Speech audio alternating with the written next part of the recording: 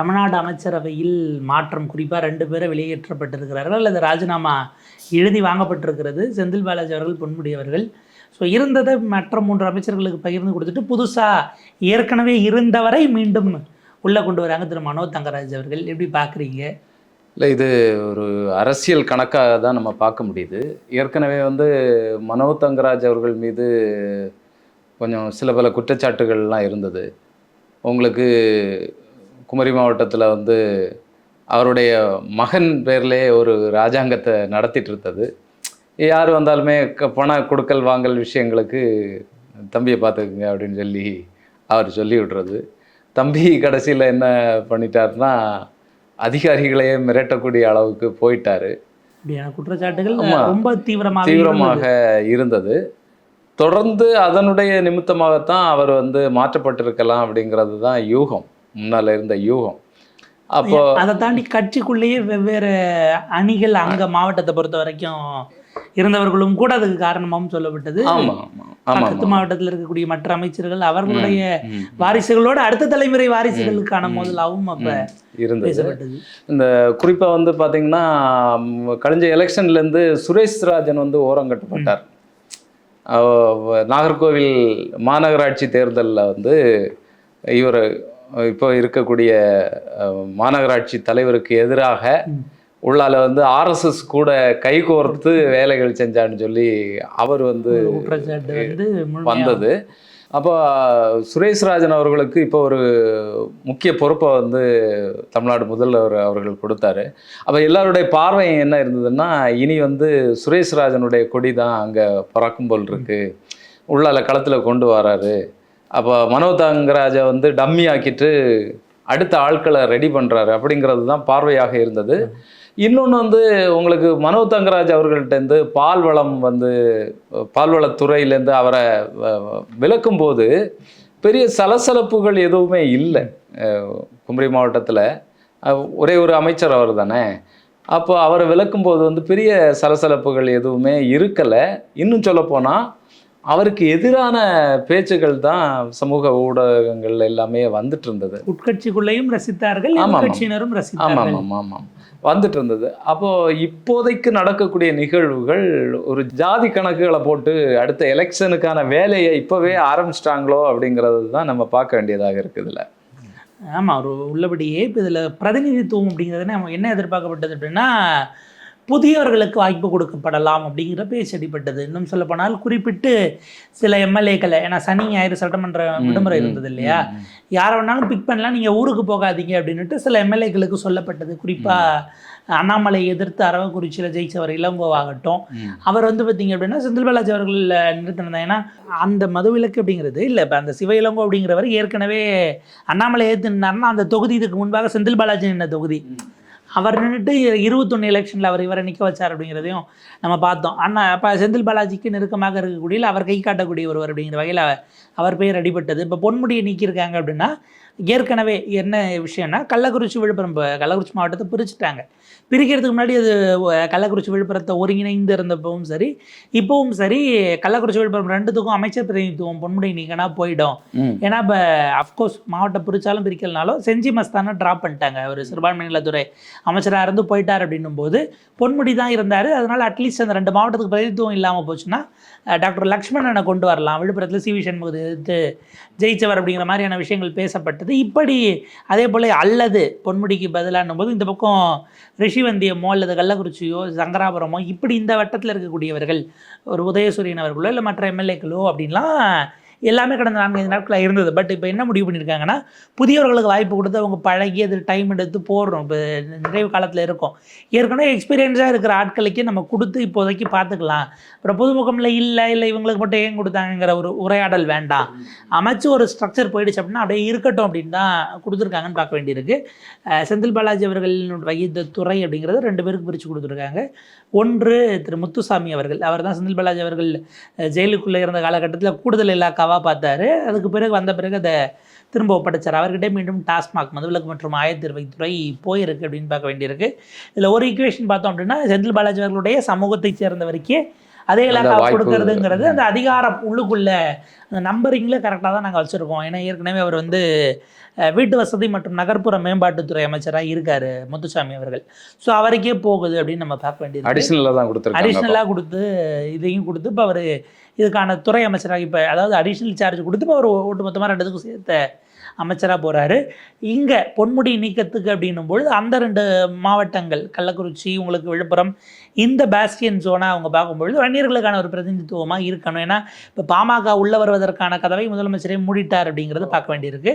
கடந்த வாரம் ஞாயிற்றுக்கிழமை ஒரு டைம்ஸ் ஆஃப் இந்தியா கொடுத்த பேட்டியில் பாமக உங்களுக்கு வரலாம் அப்படின்ற மாதிரி சில முணுமுணுப்புகள் வருதுன்னும் போது நீங்களே அதை முணுமுணுப்புன்னு சொல்லிட்டீங்க அப்புறம் என்ன, அப்படிலாம் எதுவும் கிடையாது, என் கூட்டணி உறுதியாக இருக்குது, நாங்கள் இப்படியே தொடர்வோன்னு அவர் சொல்லிட்டார். பாமக கதவை பெருசா இழுத்து மூடினதும் அடுத்த 2 நாளைக்கு வெளில பாமக தரப்பிலிருந்து எதிர்வினைகள் வர தொடங்கியது. வழக்கறிஞர் பாலு ஆகட்டும் இல்லை மற்றவர்களோ திமுக அரசுக்கு எதிரான அறிக்கைகளோ இதன் மூலமாக வெளிப்படுத்தினாங்க. அப்போ பாமக இல்லைன்னும் பொழுது அந்த இடத்துல பாமக எதிரணிக்கு தான் போகும். அது அதிமுக பாஜக அணியை தவிர வேற எங்கேயும் போகிறதுக்கான வாய்ப்பு இப்போதைக்கு இல்லை. ஸோ அப்படி போகும்பொழுது வன்னியர் வாக்குகள் அப்படிங்கிறத குறி வச்சும் அதுக்கான வேலைகள் அப்படின்னா இப்போ சமீபத்தில் நம்ம பார்க்கும்பொழுது எஸ் சிவசங்கர் அவர்கள் போக்குவரத்துறை அமைச்சர் தான், அன்புமணி அவர்களோ அல்லது ராமதாஸ் அவர்களோ சமீபமாக அறிக்கை கொடுக்கும்பொழுது அரசை விமர்சிக்கும் பொழுது இவர்களை விட்டு பதில் சொல்வது அப்படிங்கிறது ஒரு டாக்டிக்கலாக இருக்குது. ஏன்னா அந்த இடத்துல அந்த சமூகத்தை சேர்ந்தவரே சொல்லும்பொழுது நீங்கள் அதை வேறு மாதிரி உள்ளுக்குள்ளே பிரச்சாரத்தை கொண்டு போக முடியாதுங்கிற ஒரு பாயிண்ட் இருக்குது. அதே போல் எம்ஆர்கே பன்னீர்செல்வம் அவர்களும் அந்த பகுதியை சேர்ந்தவர் தான். அவருக்கு விவசாயத்துறை அமைச்சராக இருக்கார், அவர் அப்படியே கன்டினியூ பண்ணுறாரு. இவருக்கு இதை போக்குவரத்து துறையோடு சேர்த்து எஸ் சிவசங்கர் அவர்களுக்கு கொடுத்துருப்பது அப்படிங்கிறது இன்னும் ஒரு நகரவாக தான் பார்க்கப்படுது. அமைச்சர் ராஜகண்ணப்பன் அவருக்கு இது கிட்டத்தட்ட 5வது அல்லது 6வது மாற்றம் அப்படின்னு தான் நம்ம பார்க்கணும்.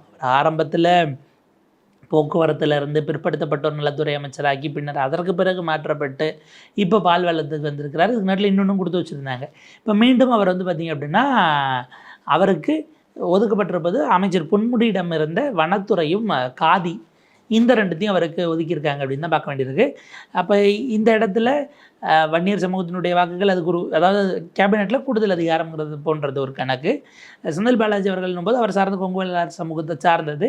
இந்த பக்கம் ராஜகண்ணப்பன் அவருக்கு பல சர்ச்சைகளில் திரும்ப திரும்ப சிக்கணும். ஏன்னா இந்த ஒவ்வொரு சேஞ்சுமே நீங்கள் அதுக்கு பின்னால் ஒரு சர்ச்சை இருந்ததுன்னு பார்க்கணும். திரும்ப அவர்களுக்கு நாற்காலி கொடுக்கலங்கிற ஒரு சர்ச்சை எழுந்தது. ஒரு அதிகாரியை வந்து நீங்கள் வந்து பட்டியலினத்தவர் தானே எஸ்சி தானே அப்படிங்கிற மாதிரி கேட்டு மிரட்டியதாகட்டும், இப்படி அடுத்தடுத்து அவர் எடுக்கிறதுக்கான குற்றச்சாட்டுகளில் சிக்கினார். ஆனால் கடந்த காலத்தில் அவர் ஜெயலலிதா அவர்களோடு இருந்துட்டு ஊழல் புகாரில் சிக்கின பிறகு அதிமுக ஆட்சிக்கு வந்த பிறகு வழக்குகளுக்கு பயந்தோ இல்லை அதுலேருந்து தப்பிப்பதற்காகவோ தனியாக போய் ஒரு கட்சி ஆரம்பித்தார். யாதவர்களுக்கான ஒரு அமைப்பை கட்டினார் அந்த சமூகத்துக்காக.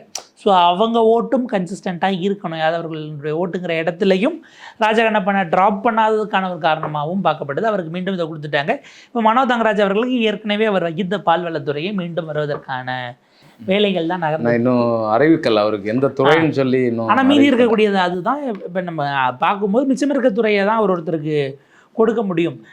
ஏன்னா மீதி இருக்கு, அதாவது மீதம் இருக்கக்கூடிய இலாக்கா மீதம் இருக்கக்கூடிய நபர்னும் போது அப்படி தானே பொருத்த முடியும். இப்போ செந்தில் பாலாஜி பொன்முடி 2 பேருக்குமான தண்டனையா, செந்தில் பாலாஜி வந்து இது 2மே வந்து நீதிமன்றத்தினால் வந்த விளைவுகள் தான். செந்தில் பாலாஜிக்கு இன்றைக்கு மதியம் 2 மணிக்கு அவர் சொல்லணும், நான் ராஜினாமா பண்ணுறீங்களா இல்லை உள்ளே போகிறீங்களாங்கிறது தான் ஒரு நேரடி கேள்வி. அதுக்கு ஆமாம் இல்லைன்னு தான் நீங்கள் பதில் சொல்லணுமே தவிர விளக்கங்கள் எதுவும் அவங்க கேட்கலை. ஸோ உச்சநீதிமன்றத்தினுடைய தீர்ப்பின் காரணமாக அவர் போயிருக்கிறார். உச்சநீதிமன்றம் அவர் அமைச்சராக தடையில்லை என்று ஒரு உத்தரவை கொடுக்கிற வரை செந்தில் பாலாஜி அமைச்சராக முடியாதுங்கிறது இன்றைக்கி இருக்கக்கூடிய நிலை. அவர் அடுத்த தேர்தலில் மீண்டும் வெற்றி பெற்றாலும் திமுக ஆட்சி அமைத்தாலும் அவர் அமைச்சராக முடியாது அப்படிங்கிற நிலை இருக்கு. அவர் எந்த கட்சிக்கு மாறினாலுமே அங்கே அந்த வார்த்தை வராத வரைக்கும் அது தொடரும் அப்படிங்கிற ஒரு நிலைப்பாடு இருக்குது இடியே. அப்போ இந்த இதை ஒரு பக்கம் பார்க்கணும். பொன்முடி அவர்கள் பேசியது அப்படிங்கிறது கட்சிக்கு எந்த அளவுக்கான நெருக்கடியை கொடுத்துருக்கிறது அப்படிங்கிறத வெளிப்படையாக நம்ம பார்க்க முடியுது. பொன்முடியினுடைய வட்டாரங்கள் அவங்க தரப்பில் பார்க்கும் பொழுது கிட்டத்தட்ட இவர் அடுத்தடுத்து பல சர்ச்சைகளில் சிக்கிட்டார். அது ஓசி பஸ் ஆகட்டும், மேடையில் இருக்கக்கூடிய பஞ்சாயத்து தலைவர் நீ எஸ்சி தானமா அப்படின்னு கேட்டதாகட்டும், இப்படி இப்போ அடுக்கடுக்கான பல விஷயங்கள் கவர்னரை பார்த்து வெளியே போங்க அப்படின்ட்டு சைக்கிய காட்டினது. நீங்கள் இதுக்கப்புறம் முதலமைச்சர் வந்து மேடையிலே பேசுகிறாரு, ஒவ்வொரு நாளும் நான் பயத்தோடையே யோசிச்சு தான் கண்விழிக்க வேண்டியிருக்கு, இன்னைக்கு நம்மவர்கள் என்ன பேசிட்டாங்களோ அப்படின்ட்டு அப்படிப்பட்ட ஒரு மக்களுக்கு 2 பக்கமும் அடிங்கிற நிலையில நான் இருக்கேன் அப்படின்னு சொல்லும்போது மேடையிலே உட்காந்துட்டு அவர் ஒரு சிரிப்பு ஒன்று சிரிச்சார்.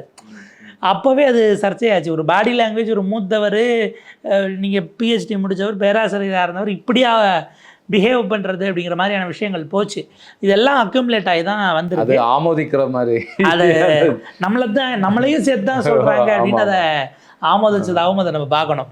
அப்போ அப்படி வரும்பொழுது அவர் வந்து அடுத்தது ஆக்சுவலாக அவருடைய பையன் வந்து 2019 எம்பி சீட் கொடுக்கப்பட்டு வெற்றி பெற்றார் கள்ளக்குறிச்சியில், பொன் கௌதம சிகாமணி அவர்கள். ஸோ அவருக்கு 20 சீட்டு கொடுக்கல. ஏன்னா அவர் மீது வேற ஒரு இடி வழக்கு அப்படி இருந்ததா சொல்லப்பட்டது.